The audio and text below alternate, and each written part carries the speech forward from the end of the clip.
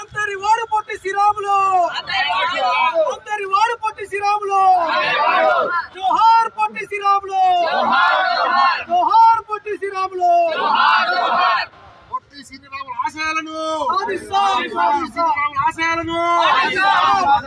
ఆశయాలను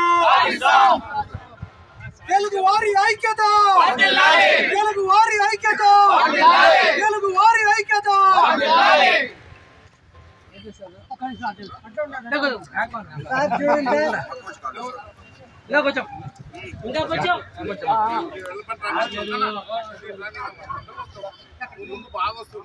చూడండి అందరూ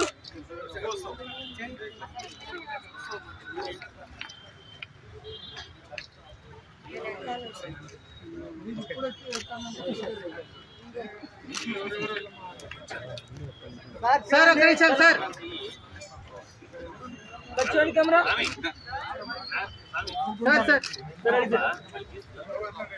జోహార్ పొట్టి శ్రీరాములు, జోహార్ పొట్టి శ్రీరాములు, అమరజీవి పొట్టి శ్రీరాములు, అమరజీవి పొట్టి శ్రీరాములు, తెలుగు వారి ఐక్యత, తెలుగు వారి ఐక్యత.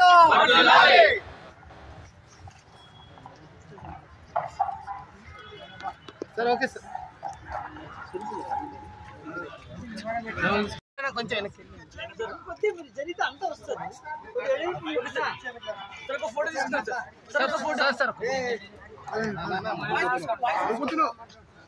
ఈరోజు రాష్ట్రమంతా ఒక పండుగ వాతావరణంగా చేసుకోవడం జరుగుతూ ఉంది.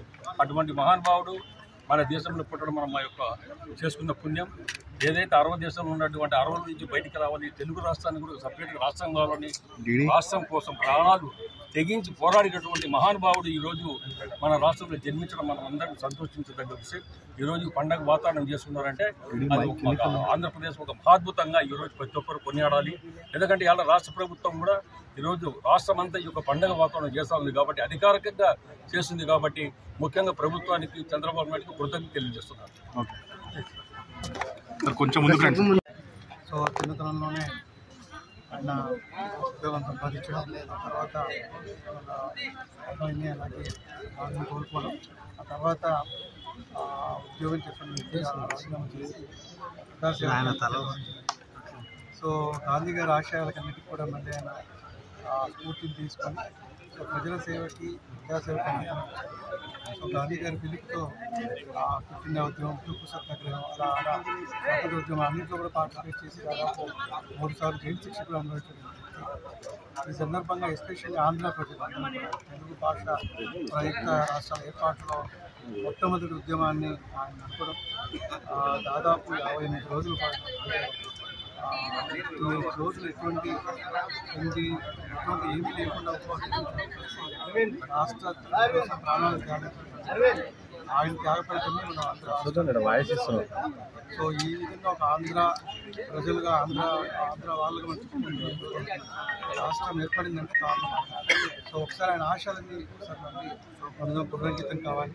ఆయన ఆశయాలు ఒక విధంగా ఒక జాతి కానీ ఒక భాష వాటి ప్రజలందరూ ఒక రాష్ట్రంగా ఒక విధంగా జయంతి సందర్భంగా ఒకటి మోస్ట్ ఇంపార్టెంట్ అండి. ఈరోజు మనం అందరం తెలుగు మాట్లాడుతున్నాము అంటే only reason because of Potti Sriramulu గారు.